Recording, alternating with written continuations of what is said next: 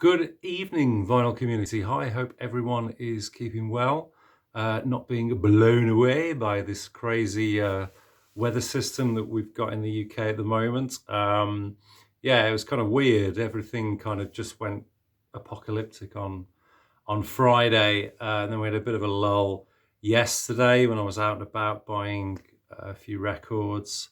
Managed to make it home in one piece, and then this afternoon it seems to have just all gone haywire again. So yeah, all a bit topsy turvy and very strange weather indeed. So yeah, bought just a catch up video basically on a few records that I've bought over the last couple of weeks or so. Usual, nothing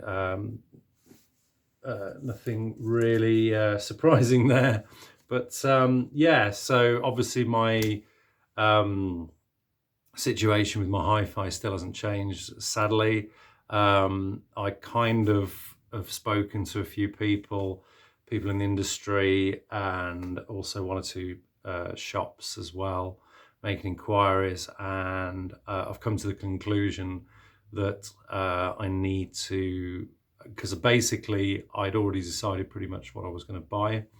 And then the problem is, like with all these things, that you start reading reviews and you get sidetracked, which isn't difficult with me. Yeah, I went off on huge tangents, as is my one with everything in my life. Yeah, I kind of drifted far away from my original idea of the system and the components that I was going to buy originally. Having spoken to some people, and one friend in particular, who's I trust implicitly. He's been in the industry he's not anymore, but he'd been in it for over 20 years and pretty much knows what he's talking about. I've decided to go back to my original plan to buy the kit that I originally set out to buy. So yeah, I'm hoping to purchase that next week. So from next weekend or early on the week after, I'm going to hopefully assemble all these components. And as I say, once it's all together, I will do a kind of reveal, so to speak, for those that are interested. So anyway, that's for then. So yeah, let's get on with the vinyl finds. So not an awful lot, but a couple of things I was really pleased to pick up. This is an online buy, cheapie, that I picked up. One soundtrack album that I've loved for many years. I've never been able to find a copy until recently. This is another one from my Windham Hill collection. This is wonderful Mark Isham, or Isham, depending on how you want to pronounce it. And this is his album Film Music from 1985. That's a kind of collection of film scores that he'd produced in the sort of preceding couple of years. So yeah, there's I think three pieces on this.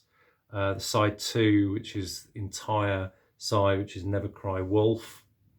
And then side one is split between The Times of Harvey Milk and this kickoff track, which is the reason why I bought this, is the wonderful soundtrack to the film Mrs. Sophel, with Diane Keaton and Mel Gibson.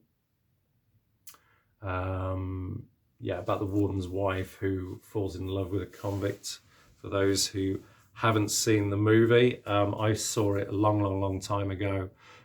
It's all right, but the music for me was the kind of the part of the art that I was into, basically. So yeah, really beautiful, atmospheric, haunting piece. That's sort of slightly classical in feel. Yeah, I guess you could say it's kind of its time, of the mid-80s, with that kind of production, but the sonically it's wonderful, and it's a beautiful piece, and I really like it. So yeah, very pleased to pick that up. Okay. Next one was purchase from Ben. This is one that was from I think a record store day release a couple of years ago, not quite sure. 2021. Oh, it was only last year. Seems a lot longer ago than that. This is Regimental Sergeant Zippo. So this is unreleased Elton John material, or it's kind of hype sticker, as it says there, the debut album that never was. So this is kind of very, this is sort of recordings that were made prior to Empty Sky in 1969, was it, I think? So yeah, and it's excellent. It's kind of what I expected. It's very Pepper-esque, as you can tell from the sleeve, but the music is definitely of that ilk. Yeah, and so but yeah, it's very enjoyable, well produced for the time, and yeah, I mean any Elton John from kind of from 1969 to 75, as far as I'm concerned, is definitely worth listening to. So yeah, really pleased to get that, and it's a sealed copy as well. So yeah. Okay, this was a really enjoyed this one. Artist that I hitherto wasn't aware of, but Ben recommended it to me. I streamed it, and yeah, as usual, I've totally fell in love with this. This is the wonderful Annette Peacock, and this is her album Sky Skating from 1982. So yeah, I didn't know really anything about Annette Peacock at all. Although I think her debut album was she'd been around since the early 70s, released several albums. This one is very she's singing in this wonderful natural kind of jazzy style, a bit like kind of Peggy Lee, really, but just very authentic. With a kind of sort of slightly sort of 80s, sort of almost new romantic kind of keyboards sounds and so on going on, which kind of, I guess, date it to a certain extent, but it's still the kind of record that could have been really released at any time, because her vocal performance is just so good on it, and the songs are just wonderful. It could have been released at any time really, and been a hit. So yeah, fantastic. I'm not sure what label it's on. Oh, there you go. Ironic Records, a custom label there. Wonderful condition. Doesn't look like it's barely been played. Ben is a big fan of her actually, but he said he'd not seen a copy previously, so I'd never seen it before anyway. So very pleased to pick it up. Comes with a nice lyric sheet as well.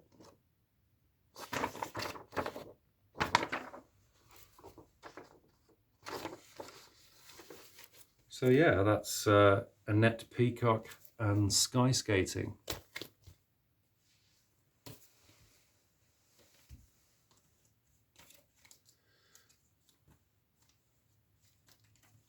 Okay, this one was a really interesting pickup. I seem to recall Alan Static Traveller showing this on a Finds, one of his many charity shop find videos from a few years ago now, and it intrigued me because it was a music score by Ennio Morricone, but I wasn't familiar with the film.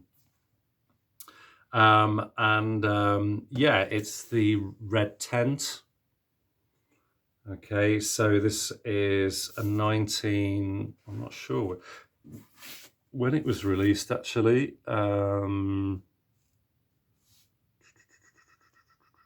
for a year. Probably, it doesn't actually have a year on it. It's on this Paramount label. I'm going to say from the style of it, it's probably late 60s. Mid to late 60s, but I'm not absolutely sure.